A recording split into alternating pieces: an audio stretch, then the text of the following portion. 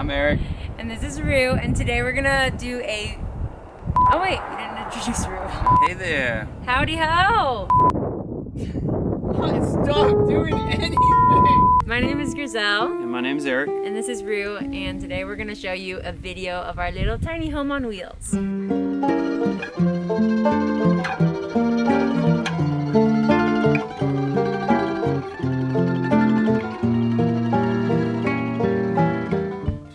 So this van is a Ford Transit, high roof, extended, big ass van. Essentially it's an RV, but it's classified as a cargo van.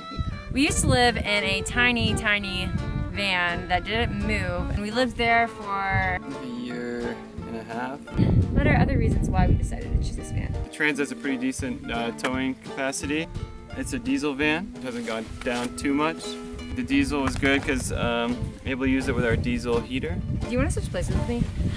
Ow, my butt doesn't fit here. Which is a dry heat. It pretty much takes away any moisture that's in the van, which is great for condensation. It's bad for skin. I'm drying out like crazy. We knew that we really wanted a full kitchen. Gas mileage is one. There's like enough space to make it actually a tiny home full time. It had to be all inclusive for us. You're doing great. Welcome to our home! One of the first questions that we get is, how does everything stay on here? Because everything you see we keep all of the time while we're driving. Come on in. We Velcroed everything. This is Velcroed, this is Velcroed, and then this actually just stays because it's really heavy, but everything out here stays here. This area is a magic corner. We haven't Velcroed much, but we Velcroed this, and the plates and the bowls stay while we're driving. Also, talk about the TP roll in there. Oh yeah! You're saving a lot of paper towel when you cut it in half. So the toilet paper here is because our toilet is underneath. You have to go to the bathroom, you pull it out, open the seat up, take a little sit. Guess what? Toilet paper's right there. Garbage is right here. And we put everything away, do our business, and voila. And then of course, you wash your hands. A lot of people also ask us about cleanliness. This is what it looks like after a deep clean. It takes us about 15 to 20 minutes where we wipe down all the counters and sweep everything up. And we try to do this about 2 times a week. We do like a regular clean probably. I mean every day or twice a day. What's cooking, good looking? Welcome to our kitchen. The kitchen was the tough part. We wanted to make sure that we had a full kitchen. I love making bread. The oven was a must. We also use it for storage, so it's not like we lost anything. We use the oven constantly. For the sink, we got this removable cutting board and like a nice deep sink. That way you don't have to sacrifice one of those little baby sinks, like bartending sinks. All our knives up here, fruits and veggies section. Try to keep our herbs and water, keep them fresh. Our cups. Cups, and we're made out of recycled wheat. And we got a spice section. All of our food storage. Keep everything in mason jars so you can see it, plus they stay fresh. We try to buy in bulk to avoid any more plastic than we need. And we do pour over. This is our Vitamix. It's kind of a mess right now, but we did drive into the middle of nowhere. So down here, we just have basic storage. I got all my bread making stuff, all of our cooking pots and whatnot.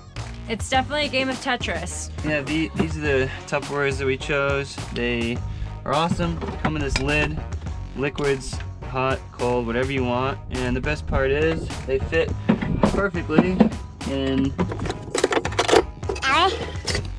fridge. Slides right out. We got a refrigerator on one side and a freezer on the other. These are the Tupperwares that fit perfect just into 2 freezers or 2 fridges, however you want. For table, we got the Laguna multi-swivel table. Goes in any direction. Sometimes use it as a cutting board, extra food prep. It goes up and down, where it goes up and down, where it goes up and down. For this plant, we just got it. Try this new philodendron, which works really well in the shade. You don't have a lot of personal items in this space, so it does kind of add to the aesthetic and the comfort. Yeah. We got books, obviously a bunch of climbing, baking books. We got our bonsai and a little towel storage. And this is our view right now. This is our bed.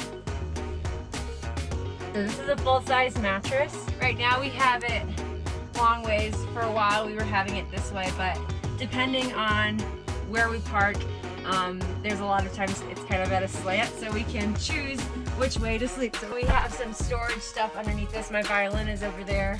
We have our vitamins. We have, yeah, just random little storage units here.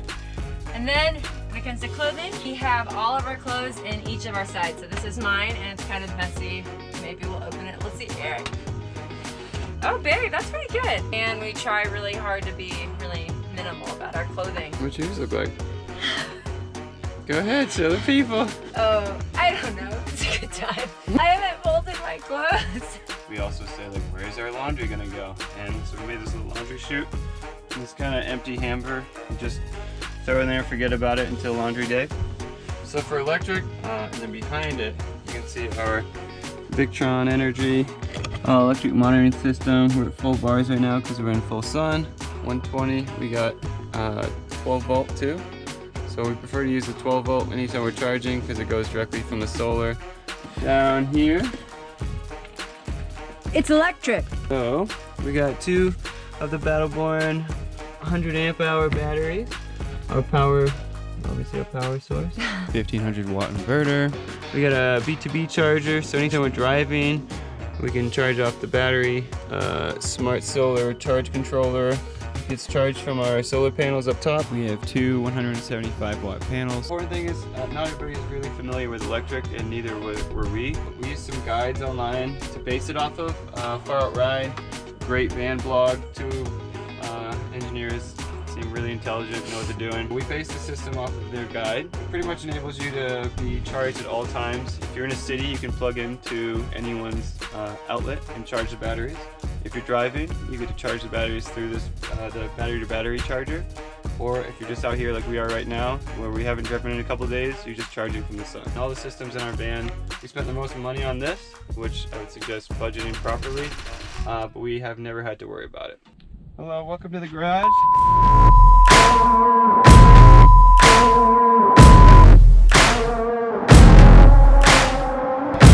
Not gonna lie, a little nervous on how this is gonna go. Be careful right there.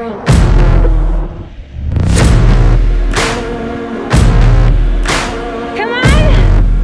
Yeah! Yes!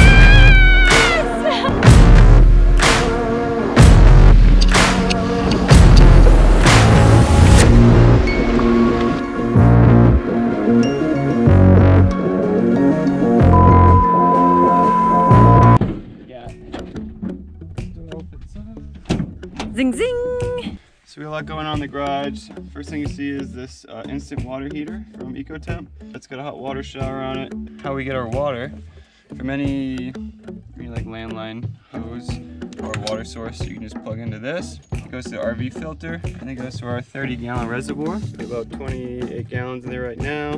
This is a propane tank. It's a 20-pound tank in there, and it has a vent to the ground or out to the outdoors in case it ever leaks. Pressure gauge on it so we know it's working. Bulk storage over here. We built out this little slide so we'll have a little easier access to it. It's probably got about 200 pounds of stuff on it right now, which is impressive. Everything's labeled. What's in this one, babe? Electric and our heater supply. These curtains that we kind of hold down for privacy. That little curtain actually does a great job keeping insulation in. Pros of the van, just being aware of the resources you're using. We are way more eco-conscious now, not just because we want to be, but we have to be. And we don't have room for extra stuff like the disposable plastics and like clothes. We're a lot more minimalist than we were, and I couldn't be more happy about that. Everything I have is here. I don't need to buy anything. I really thought we'd go out to eat more, but we don't. Everything is just... We already have it. We have it.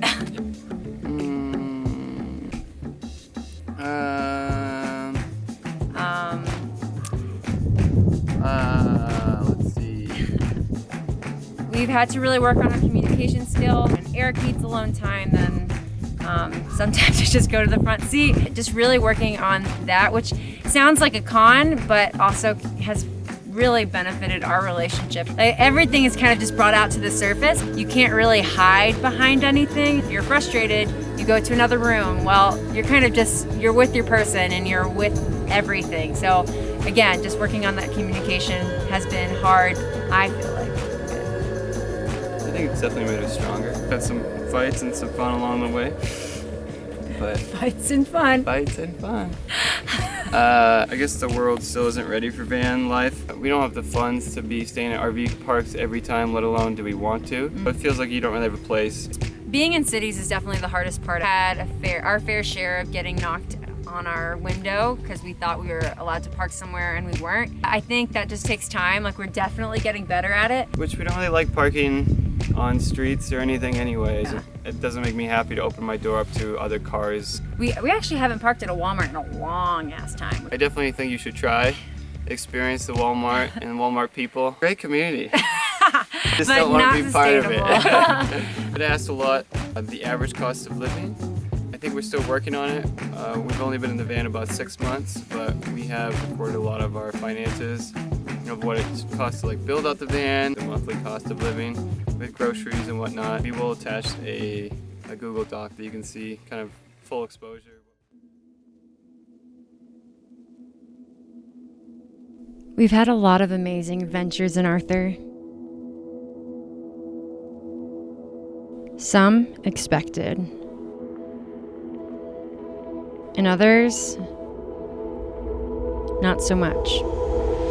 It's easy to get lost in the details of tiny home living, what to buy, how much to save, and if it's even worth it all. Our desire was never to show off our home, and certainly not to brag about a privilege we don't even deserve. We bought this van to live in the moment, to get lost in the present, to laugh more, to cry more, but most of all, to live each moment like it is our last. And even through times of chaos and turmoil, I think we're doing just that.